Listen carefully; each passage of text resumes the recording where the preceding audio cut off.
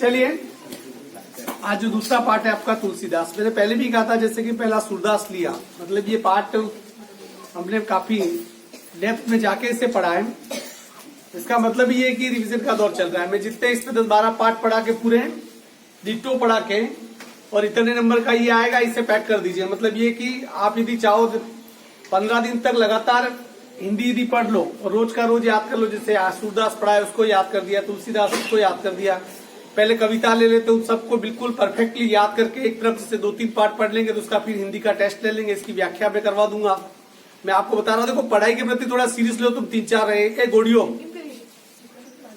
थोड़ा ध्यान इधर दो। हाँ, तो आज उसी संदर्भ में तुलसीदास, मैंने आपको बताया था कि सूरदास को पढ़ना है, ब्रज भाषा पढ़ना है तो तोड़ के पढ़नी पड़ेगी। अवधि भी ठीक वैसे ही है। आपको एक्चुअली में क्या आपकी सबसे बड़ी प्रॉब्लम ये चलती है कि इसकी जो व्याख्या करते हो वो भी आप रटी रटाई व्याख्या करती हो आपकी गाइड में जो है, जबकि अक्सर सामने लिखे हुए उसको समझना है, इन्हें तोड़ना है और उसको समझ के लिखना है। तो ट्रांसलेशन है सीधी, इसमें तो किसी गाइड की जरूरत पड़नी नहीं चाहिए। पर तुलसीदास, इस पाठ को पढ़ने के पहले तुलसीदास को समझना बहुत जरूरी है। तुलसीदास को समझना क्यों बेटा, एक काम करो, आराम से यहाँ के बैठे हो तुम, चाहो अकड़ू बन के बैठे हुए हो, इधर आजा आराम से, इतनी तकलीफ में पड़े हुए हो। हाँ, अब देखिए, तुलसीदास को यदि पढ़ना है, इसको पढ़ना है तो तुलसीदास को जानना बहुत जरूरी है। एक्चुअल में तुलसीदास का सबसे बड़ी उपलब्धि क्या थी वो आप समझ लीजिए। रामायण को लिखने वाले वाल्मीकि थे और रामायण मूलतः संस्कृत में लिखी गई थी और संस्कृत में लिखी हुई रामायण को बहुत चंद लोग, उंगलियों पे गिने जा सकते इतने लोग ही जानते थे। पर उसी रामायण को जब तुलसीदास ने रामचरितमानस का नाम देकर लिखी,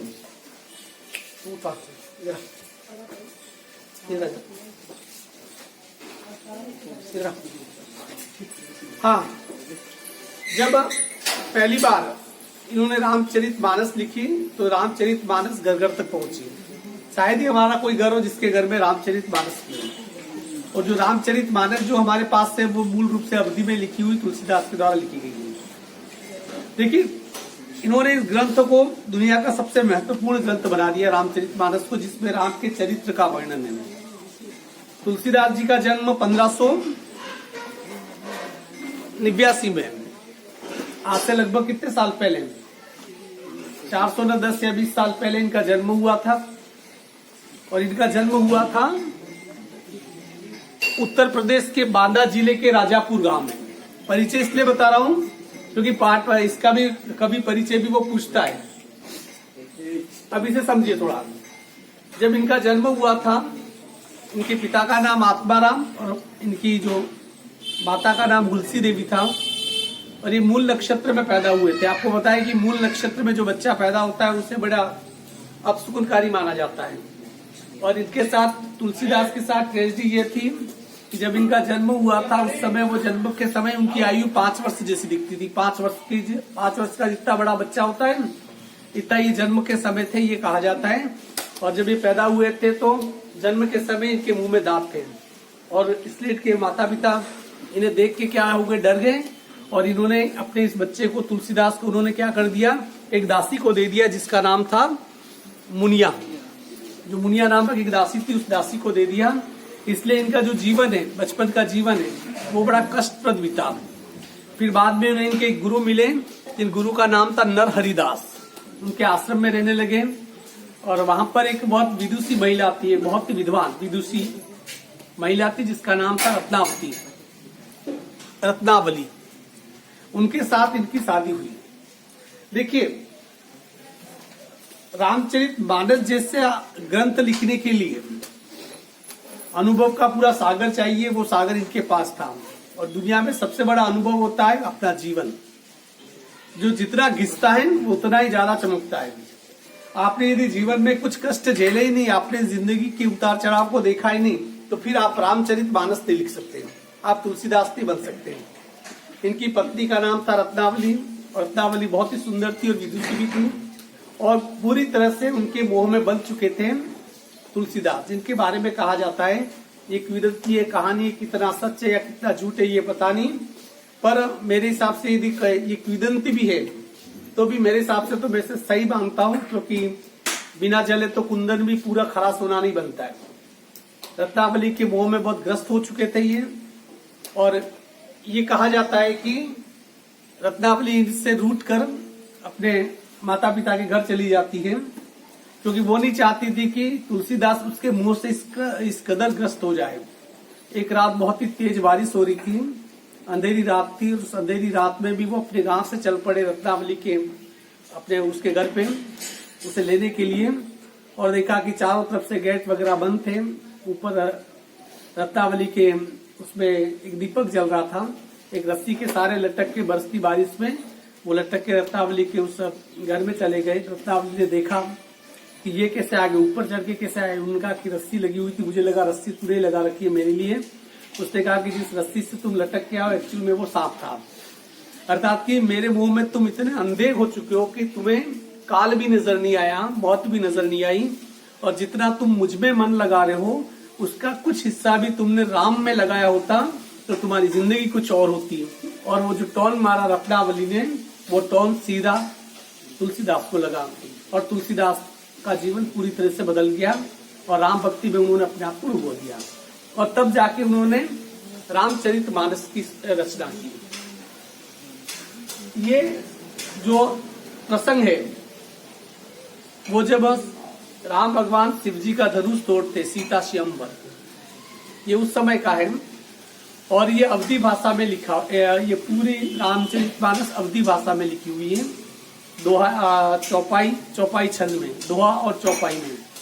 ये क्या होते हैं छंद अलंकार, ये क्या होते हैं, ये आप 11वीं में जब जाओगे तब शायद आपको पढ़ने ये मिलेगा, क्योंकि पर्टिकुलर कोई लाइन होती है, जैसे ये लाइन है इसमें सबकी मात्रा एक फिक्स होती है, इतनी मात्रा होगी, किसी में 11 तो किसी में 13, इस प्रकार से। ये आप हिंदी साहित्य लोगे तो पता चलेगा। यहाँ पर देखिए ये जो पूरा पहला और दूसरा भाग पद्यांश, इसकी व्याख्या पूछेगा वो, और व्याख्या आपको यूं पढ़ोगे तो इसमें कुछ भी नहीं आएगा। आपको सीधा है कि आप यदि इसकी व्याख्या यदि आ जाए तो वो सब प्रसंग, पहले तो सब प्रसंग में क्या लिखोगे, प्रस्तुत पंक्तियां रामचरितमानस चली गई है और तुलसीदास के द्वारा रचित है, और इस पंक्तियों में जो सीता स्वयंवर के समय में राम भगवान जो धनुष तोड़ते हैं उस समय लक्ष्मण और परशुराम के बीच जो संवाद होता है, परशुराम और लक्ष्मण के बीच जो संवाद होता है उस संवाद का वर्णन इसमें किया गया है। ये प्रसंग सब प्रसंग हो जाएगा। अब व्याख्या तो इसको पढ़ते हुए देखिए, यहां से मैं अभी स्टार्ट कर रहा हूं। नाथ शंभु धनु बज निहारा, होई केऊ एक दास तुम्हारा। देखिए नाथ, हे नाथ, संबोधित करते हुए कह रहा है भगवान को, मतलब कि किसी को भगवान मानकर। शंभु धनु, शंभु का मतलब शंकर भगवान, ठीक है। धनु का मतलब धनुष। नाथ शंभु धनु भंज निहारा, भंज निहारा मतलब भंज का मतलब तोड़ने वाला, भंज निहारा, निहारा का मतलब देखने, उसकी तरफ देखना। तो नाथ शंभु धनु भंज निहारा, होई, होई का मतलब होगा, केऊ कोई एक दास तुम्हारा। यहां पर देखिए ये जो पूरा प्रसंग है,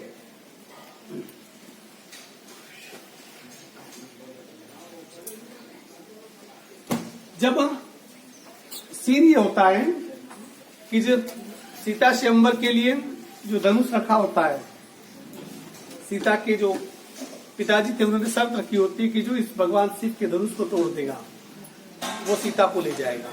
पहले स्वयंवर ऐसे ही होते थे, राम तोड़ देते हैं, उसके बाद जैसे उसकी आवाज गूंजती है पूरे सकल ब्रह्मांड में, तो परशुराम जी आ जाते हैं।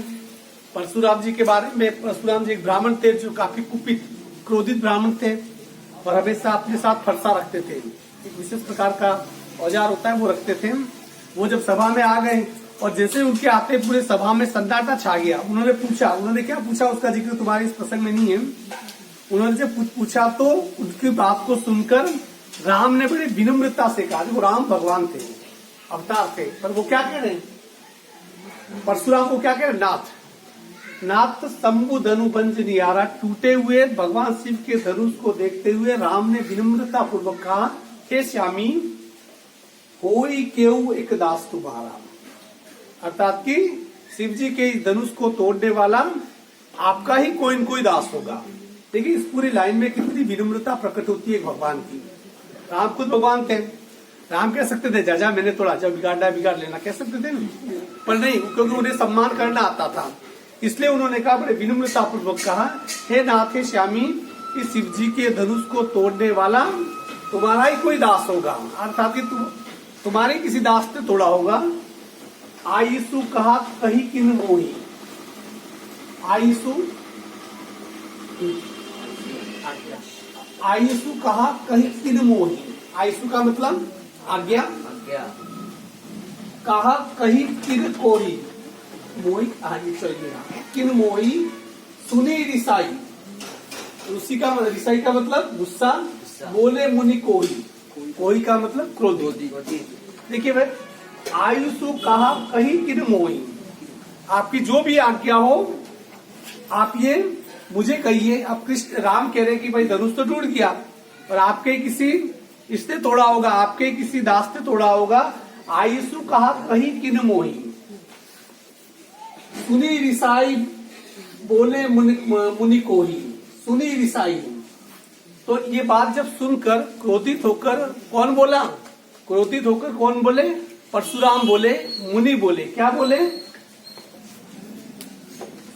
सेवकु सो जो करे सेवकाई, सेवक का मतलब सेवक नौकर, सेवकु सो का मतलब वो, सेवकु सो जो करे सेवकाई। परशुराम जी क्या कह रहे हैं, सेवक तो वो होता है जो सेवा करे, सेवकाई का मतलब सेवा करना। क्या कह रहा देखिए, सेवकु सो, सेवक तो वो है जो करे सेवकाई, जो क्या करे, दूसरों की सेवा करता है। धीरज और तुम दोनों ध्यान इधर ही रहोगे तो कुछ भी नहीं आएगा बेटा, आज टेस्ट में बैठे से बैठे रहोगे, क्यों अंतर्राष्ट्रीय अपमान करा रहे हो अपना। सेवकु सो जो करे सेवकाई, सेवक वो जो क्या करे, सेवा करे। अरि करनी, अरि का मतलब दुश्मन, करनी का मतलब कार्य करना। क्या कह रहे परशुराम जी, अरि करनी, दुश्मनों जैसा कार्य करने वाला, करी लड़ाई, अर्थात कि दुश्मनों की तरह, यह तो दुश्मनों की तरह कार्य करने वाला है, जिसने क्या कर दी, लड़ाई कर दी। कैसा लड़ाई कर दी, शिव जी का धनुष तोड़कर। तो यहाँ पर कवि क्या कह रहे, सेवक तो वो होता है जो कि श्यामी की सेवा करे, पर यहाँ तो धनुष को तोड़कर एक प्रकार से क्या कर दिए, एक प्रकार से बगावत को, लड़ाई को, युद्ध को आमंत्रण दे दिया है।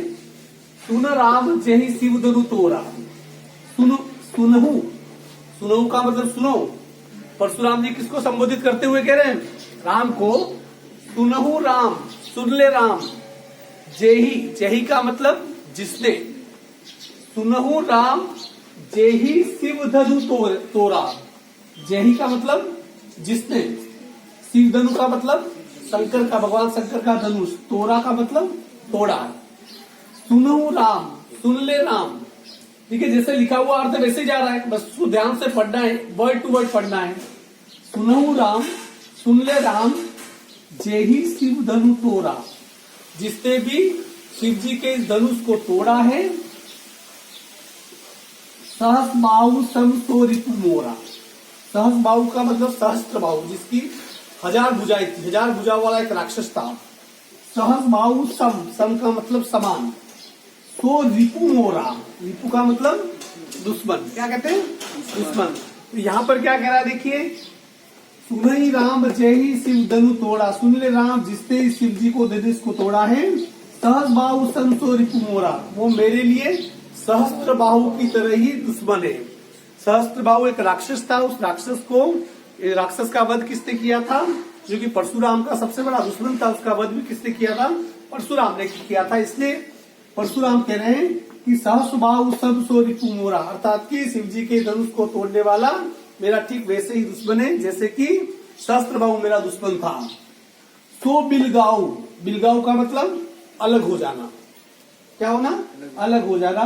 सो बिलगाऊ बिहाई समाजा, बिहाई का मतलब छोड़कर, समाजा का मतलब जो लोग उपस्थित है उसमें। क्या कह रहा है यहाँ पर तुलसीदास जी, क्या कह रहे हैं, सो बिलगाऊ बिहाई समाजा, इसलिए सुन ले, जिसने भी शिव जी के धनुष को तोड़ा है, इन लोगों में से निकल के बाहर आ जाए, मतलब एक तरफ आ जाए, अलग हो जाए। न तुम्हारे जही सब राजा, न तुम्हारे जही सब राजा। और यदि जो वो नहीं निकला, शिव जी के धनुष को तोड़ने वाला, जो इन लोगों से, जो समाजगण उपस्थित है, उससे अलग होके बाहर नहीं आया, तो फिर क्या होगा? सभी के सभी जो जितने उपस्थित राजा हैं, सबके सब क्या हो जाएंगे? मारे जाएंगे। न तो मारे, नहीं तो मारे जाएंगे सब राजा। ठीक है, देखो, सो बिलगाओ बिहाई समाजा, जिसने शिव जी का धनुष को तोड़ा है वो समाज से क्या हो जाए? बिलगाओ का मतलब अलग हो जाए। न तो मारे, नहीं तो मारे जाएंगे, जही सब समाज, सब राजा, नहीं तो समाज के सभी राजा क्या हो जाएंगे? मारे जाएंगे।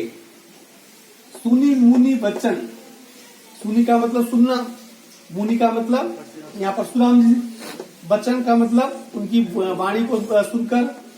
सुनी मुनि वचन, मुनि के परशुराम के वचनों को सुनकर लखन मुस्काने। कौन मुस्कुराने लगे? लक्ष्मण मुस्कुराने लगे। लखन का मतलब राम के जो छोटे भाई थे लक्ष्मण। लखन मुस्काने, लक्ष्मण क्या करने लगे? मुस्काने लगे। बोले परशु धरई अवमाने, बोले परशु, परशु का मतलब, परशु का मतलब फरसे से यहाँ पर, और धरई का मतलब धारण करने वाला। किसने धारण कर रखा था? परशु, परशुराम ने। तो बोले परशु धरई अवमाने, अर्थात कि फरसे को धारण करने वाले परशुराम से उनका अपमान करते हुए लक्ष्मण बोले। अवमाने का मतलब अपमान करना। तो बोले परशु धरई अवमाने, परशु धारण करने वाले परशुराम से अपमान पूर्वक बातें करते हुए लखन बोले, लक्ष्मण बोले, क्या बोले? बहु धनु तोरी लरिकाई। धनुई का मतलब बचपन में जो छोटे छोटे सकड़ने लेके अपन धनुष बनाते हैं, छोटे छोटे जो धनुष होते हैं उसे धनुष कहते हैं। बहु धनु, बहु का मतलब बहुत, धनुई का मतलब छोटे छोटे धनुष, तोरी का मतलब तोड़ना, लरिकाई, लरिकाई का मतलब बचपने में, लड़कपन में। लरिकाई का मतलब क्या होता है? लड़कपन में, बचपने में। तो यहाँ कैसे चिढ़ा रहे हैं? यहाँ पर देखिए, बहु धनु तोरी लड़काई। अभी लक्ष्मण चिढ़ा रहा है, किसको चिढ़ा रहा है? परशुराम को। उसने कहा कि हमने अपने लड़कपन में, बचपन में ऐसे तो छोटे छोटे धनुष बहुत तोड़े, इसमें क्यों गुस्सा दिला रहा है परशुराम को? शिव जी के विशाल धनुष को लक्ष्मण क्या कह रहा था? छोटे छोटे धनुष, अर्थात कि बचपन के जिन धनुषों के साथ हमने खेले हुए उसी धनुष से तुलना कर रहा था, तो इसलिए परशुराम को ज्यादा गुस्सा आ गया। बहु धनु तोरी लड़काई, बचपन में तो ऐसे बहुत से धनुष तोड़े। कबहू न असी रिस कीनी गोसाई, कबहू, कबहू का मतलब कभी भी, न असी, असी का मतलब ऐसी, रिस, रिस का मतलब गुस्सा, कीनी मतलब किया, गोसाई का मतलब परशुराम। गोसाई शब्द सम्मान सूचक शब्द है, शामिल। अब यहाँ पर लक्ष्मण क्या कह रहे हैं? ऐसे बचपन में तो छोटे छोटे धनुष हमने बहुत तोड़े, पर हे श्यामी परशुराम, तब तो आपने गुस्सा किया नहीं था। मतलब बचपन में इतने धनुष तोड़े तो आपने तो कभी गुस्सा किया ही नहीं, तो आज इस धनुष को तोड़ते इतना गुस्सा क्यों कर रहे हो? मतलब क्या कह रहा है लक्ष्मण? क्या कर रहा है वो? परशुराम को भड़का रहा है। यही धनु पर ममता के ही हेतु, यही का मतलब इस, यही धनु पर ममता के ही हेतु, हेतु का मतलब कारण। हे परशुराम, ये बताओ कि बचपन में इतने धनुष तोड़े, उस पे तो कभी आपने गुस्सा किया नहीं, इस धनुष के ऊपर आपके मन में ऐसी विशेष ममता क्यों है कि इसे तोड़ते ही आपको गुस्सा आ गया? सुनी रिसाई कह रघुकुल केतु, रिसाई का मतलब गुस्सा, क्या लिखा था? क्रोधित होकर। सुनी रिसाई कह रघुकुल केतु, रघुकुल केतु का मतलब रघुकुल एक वंश है, उस वंश के ध्वजवाहक कौन थे? परशुराम। रघुकुल वंश के सबसे बड़े व्यक्ति कौन थे? परशुराम। तो सुनी रिसाई कह रघुकुल केतु, और जब लक्ष्मण की बात ये सुनी तो क्रोधित होकर परशुराम ने फिर क्या कहा? परशुराम ने फिर कहा, जवाब दिया, रे नृप बालक, रे नृप बालक, नृप का मतलब राजा, राजा का बालक, राजकुमार। रे नृप बालक काल बस, कि तेरे ऊपर काल मंडरा रहा है। परशुराम ने क्या कहा? हे राजकुमार, तेरे ऊपर क्या है? तो भी काल के बस में है, अर्थात कि तेरे ऊपर क्या मंडरा रहा है? बहुत मंडरा रही है काल मंडरा रहा है, बोलत तो ही न संभाल, इसीलिए तू संभल कर नहीं बोल रहा है, तू कुछ भी बोल रहा है, मतलब तेरे ऊपर अभी क्या है, काल चक्र मंडरा रहा है, इसलिए बोलत तो ही न संभाल, इसलिए तू संभलते हुए नहीं बोल रहा है। आगे क्या कह रहा है, धनु ही सम त्रिपुरारी धनु, धनु ही क्या मतलब छोटे छोटे धनुष, धनु ही सम त्रिपुरारी धनु, त्रिपुरारी का मतलब, त्रिपुरा का मतलब होता है इसका भगवान शंकर, ये उसका ही पर्यायवाची है। क्या कह रहे परशुराम जी, धनु ही सम त्रिपुरारी धनु, अर्थात कि तो बचपन में खेले गए जो छोटे मोटे धनुष को तो किसके धनुष की तरह बता रहा है, भगवान शंकर के धनुष की तरह बता रहा है। विदित सकल संसार, पूरा संसार भगवान शंकर के धनुष के बारे में जानता है। विदित का मतलब जानना, सकल का मतलब पूरा, पूरा जो संसार भगवान शंकर के धनुष के बारे में जानता है, उस धनुष को तो बचपन में तोड़े हुए छोटी छोटी जो धनुषिया होती है, छोटे छोटे जो धनुष होते हैं, तो तुलना इसकी कर रहा है। लगता है कि तेरे सर के ऊपर काल चक्र मंडरा रहा है, इसलिए तू संभल के नहीं बोल रहा है। अर्थात कि कृष्ण ने भड़काने का काम किया, परशुराम भड़क गए, परशुराम को गुस्सा आ रहा है। अब देखिए आगे, लखन कहा हंसी हमरे जाना, हाँ लखन कहा, फिर लखन का मतलब लक्ष्मण ने कहा, क्या कहा, लखन कहा हंसी, हंसकर कहा, कैसे कहा, हंसकर, और कोई गुस्से में और उसके सामने फिर ही करके उसको दूसरे अगले को क्या होगा, गुस्सा ज्यादा आएगा। तो लखन कहा हंसी, लखन ने लक्ष्मण ने हंसकर कहा, हमरे जाना सुनई देव सब धनुष समाना, लखन ने हंसते हुए कहा है कि हमरे जाना, जब तक कि हमने जाना है। लखन कहा हंसी हमरे जाना, लखन ने हंसते हुए कहा कि जब तक हमने जाना है, सुनहु देव, हे देव, हे परशुराम, सब धनुष समाना, जहाँ तक कि हम जानते हैं, हमारी नजर में तो सभी धनुष एक समान है। फिर क्या वो शिव जी का धनुष हो या क्या बचपन में खेले जाने वाले धनुष, हमारे लिए सब एक जैसे हैं। का क्षति लाभ जून धनु तोर है, क्षति का मतलब क्षति, नुकसान, हानि, नुकसान का मतलब हानि होता है। फिर आप तो सो जा थोड़ा पूरा। का क्षति लाभू, क्षति का मतलब हानि, लाभू का मतलब लाभ। जून धनु तोरे, जून का मतलब जूना, अपन नहीं कहते पुराना। का क्षति लाभू जून धनु तोड़े, धनु का मतलब धनुष, तोड़े, तोड़े का मतलब तोड़ा, कि जब एक पुराने से धनुष को तोड़ दिया तो उससे क्या लाभ हानि। अब फिर वो भड़का रहा है, शिव जी के धनुष को क्या कह रहा है, पहले तो कहा बच्चों वाला धनुष, फिर कह रहा है ये तो जूना जूना है, पुराना पुराना है। क्या कह रहा है, का क्षति लाभ जून धनु तोड़े, अर्थात कितने पुराने पुराने धनुष को जब तोड़ दिया तो उसमें क्या लाभ और हानि। देखा नयन के गोरे,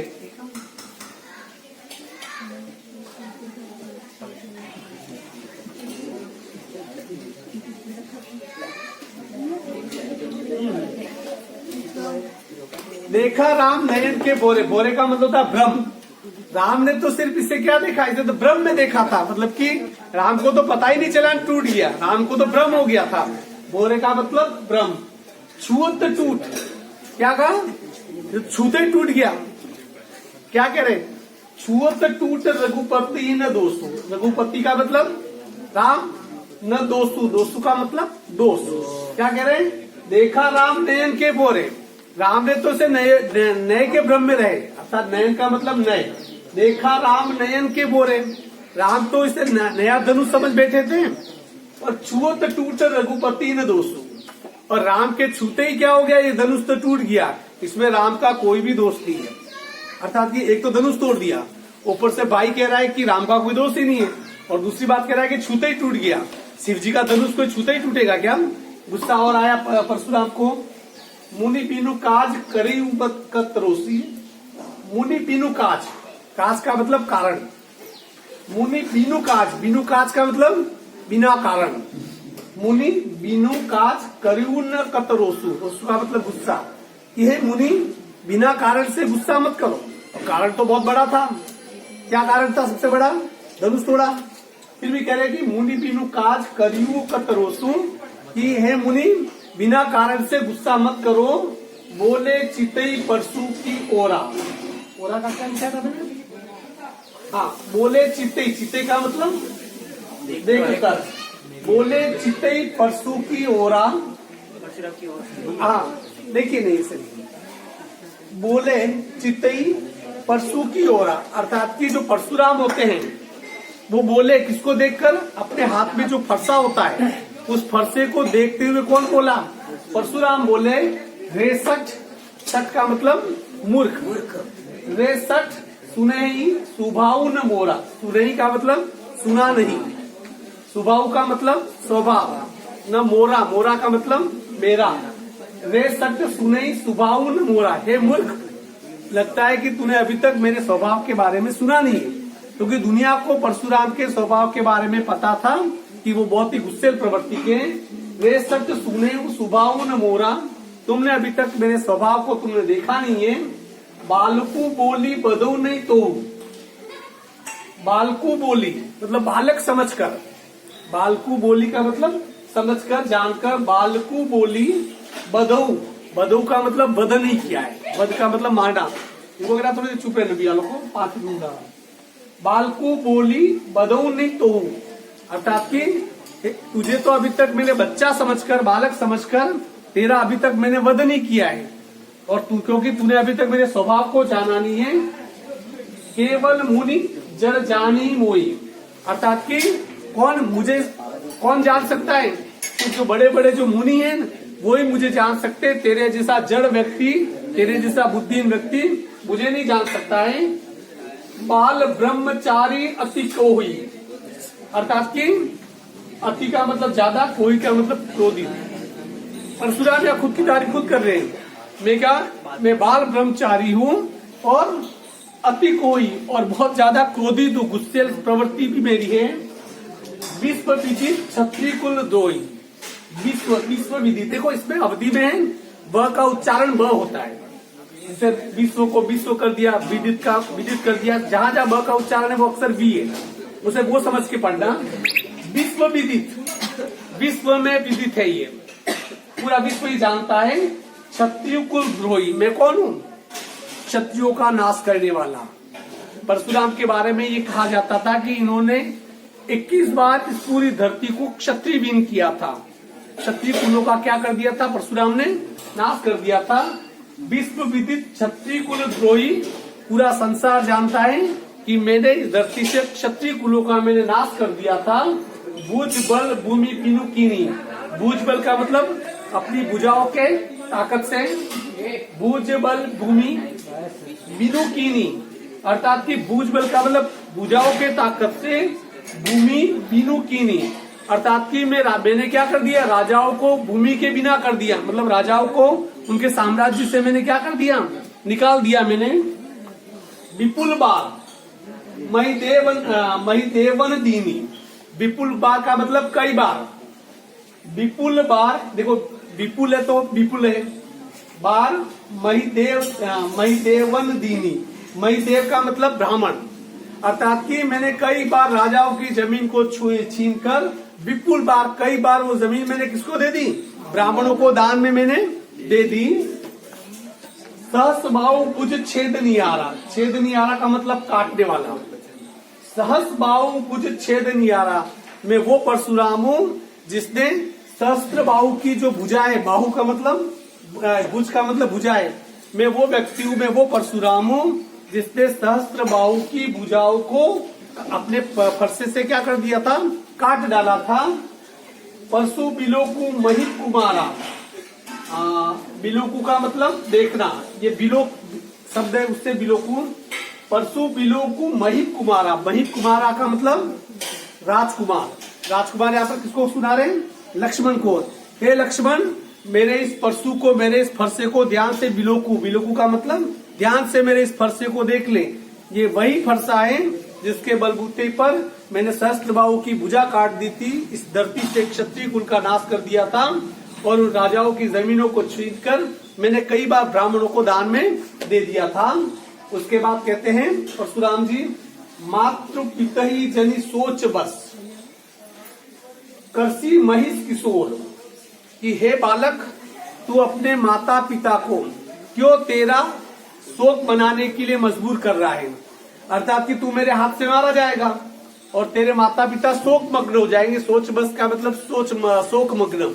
और तेरे माता पिता तेरे मरने के बाद क्या हो जाएंगे? शोक मग्न हो जाएंगे। कर्षि महिष किशोर अपने माता पिता को, हे बालक क्यों तू शोक मग्न करना चाहता है? गर्भन के अर्भक दलन। ये कहा जाता है कि परशुराम के समय में उसके परशुराम के जो फरसे के डर से जो गर्भस्थ जो महिलाएं होती थी, गर्भन के अर्भक दलन, अर्भक का मतलब भ्रूण, अर्थात की जो गर्भस्थ स्त्रियां थी उनके जो भ्रूण भी वो गिर जाते थे, अर्थात कि बच्चे उनके पेट में जो भ्रूण होता था वो पेट में ही मर जाता था परशुराम के डर से। परशु मोर अतिघोर, इस परशु को देख ले, ये अत्यंत बहुत ही भयंकर है, जिसके डर से गर्भस्थ महिलाओं के गर्भ तक गिर जाते थे। इसलिए बालक क्यों अपनी मौत को आमंत्रित करता है। एक दो बार देखिए, आप जब भी इसका अर्थ करने में टेक, आज का काम इतने ही 2 पैसेज के अर्थ करने। कितने पैसेज के? मात्र 2 पैसेज के आपको अर्थ करने। जो मैं बोल रहा हूँ वर्ड टू वर्ड में जैसे चल रहा हूँ, एक एक बार सुन लेना इसे और फिर इसकी सप्रसंग व्याख्या आप क्या करना, करने बैठ जाना। बिना में यदि आपने परफेक्टली भी सुन लिया है तो फिर वीडियो देखने की जरूरत ही नहीं पड़ेगी। पर मुझे बताया कि परफेक्टली आपने सुना नहीं, आपका ध्यान इधर उधर बटा होगा, ठीक है ना। कल पैसिव वॉइस और क्लोज इन दोनों के टेस्ट हुए।